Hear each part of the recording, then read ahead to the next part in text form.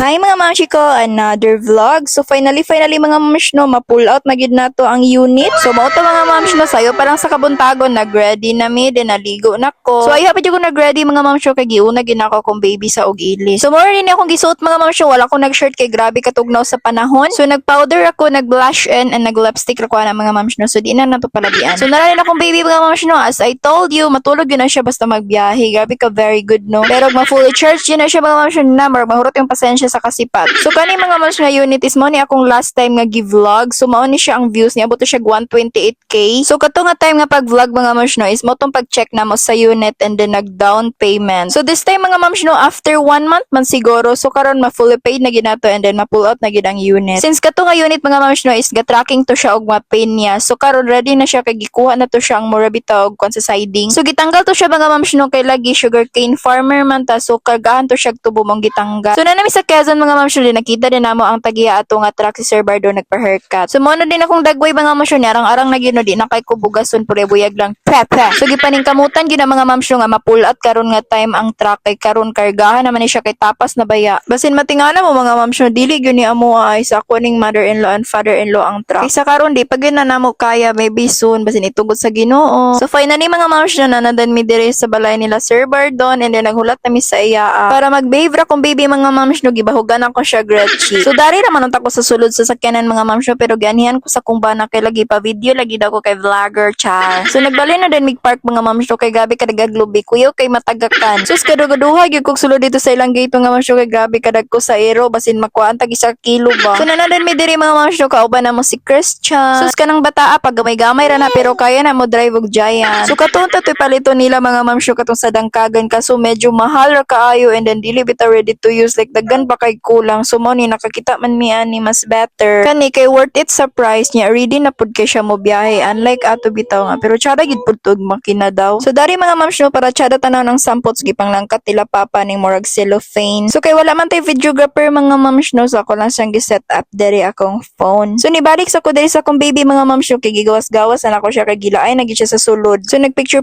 sa mi diri no, si Cecil na nagpicture din na pa video lang pud ko for outfit check ba. So pa video ra ta mga mams no, kay panalagsa ra bay ta magkasut anig tarong kay permira ta sa balay nga murag liray, mura bitaw giring gibidli.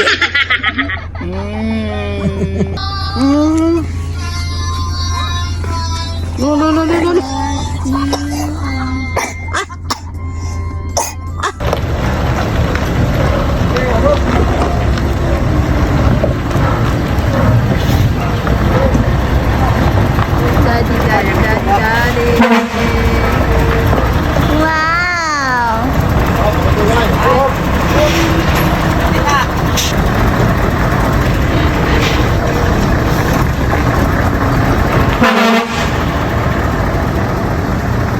And finally mga mams ni gawas na din ang unit nga Giant It DC112A. So dari din mga mams na din si Sir, so nagpicture na dayon sila. So after ni mga mams mulakaw sa guna akong bana kay magpa-sticker pa siya then panglangkaton pa to mga sticker nga daan dira. So magpabilin sa mi diri mga mams dugay-dugay gid mi nakalakaw kay gipang process pa mga papers.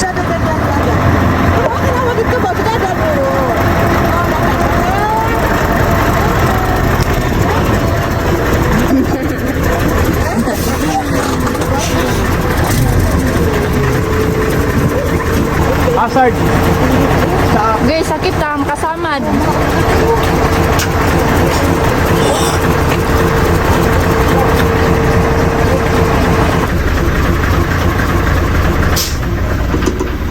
So nara akong baby mga mams grabe nagid kasipat buyag no, grabe gusto na gid siya magtambling dere. Muna usay mga mams mas pilion pa lang na ako nga magpuyo na lang sa balay kaysa maguban-uban kay nga no, grabe nagid kasipat.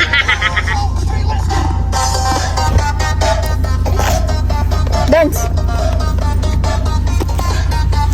Oo, sige. So tanawan niyang gibuhat mga mams gipanghabuan nat niya tanan sulod sa bag. Hi, sa kadugay hinulat mga mams no makalakaw na gyud mi. So nararay na ang Quezon mga mams na napoy Jollibee. So nanadan mi diri sa gipastikiran sa kumbana mga mams since naman poy karinderya tapad diri and then hapit tapod lunchtime so dari na mi maniud to. So nadugay gyapon mi diri mga mams kay daghan kay nakauna og pa sticker so willing to wait gyapon mi. So maniud to sa mi mga mams no nag-order na dayon mi og sampay na gulay, pansit and then uyap. Lami kayong uyap. So as always mga mams no ako gyud lahi mahuman og kaon kay unahan pa man ako kong baby. So nga na gyud na no abi pa lang babayang ina. So while waiting mahuman ang magpa-sticker mga mams nagato sa mi sa sentro sa Quezon Bukidnon kay magato mi sa Mr. DIY kay magpalit mi og Pilox para sa truck. So face update mga mams wa na gyud na hitsura kung pagikan ganina fresh kay pero karon mura na gyud iring. Then dara rin akong baby mga mams palangga kay na siyang apuhan kay first karido baya pud char. Sa iya din ko nabitahan, be. Ngiyo na ilo. Wala, tungtung. So igo pod pag abot na mo mga mams pag human og palit dito sa sentro hapit na human na gyud dere deng gipang tao daday nila ang karido trucking and then sunod na daw pod ang jungjung sa tubangan. So gi-priority sa nila ang name nga karido. So nara rin akong baby mga mams no natulog na dayon finally di na gyud siya sipat. And free shoutout sa tanan mag-comment no and that's all. Thank you for watching and see you in my next vlog.